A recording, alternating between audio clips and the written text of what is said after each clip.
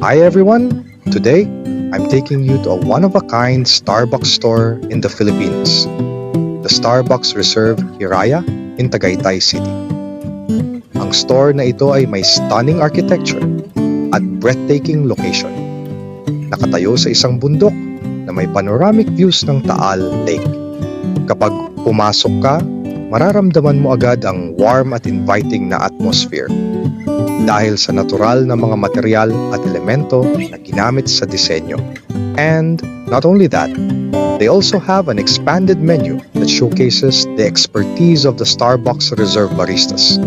I tried the double chocolate float and house affogato. Both were truly elevated and delicious.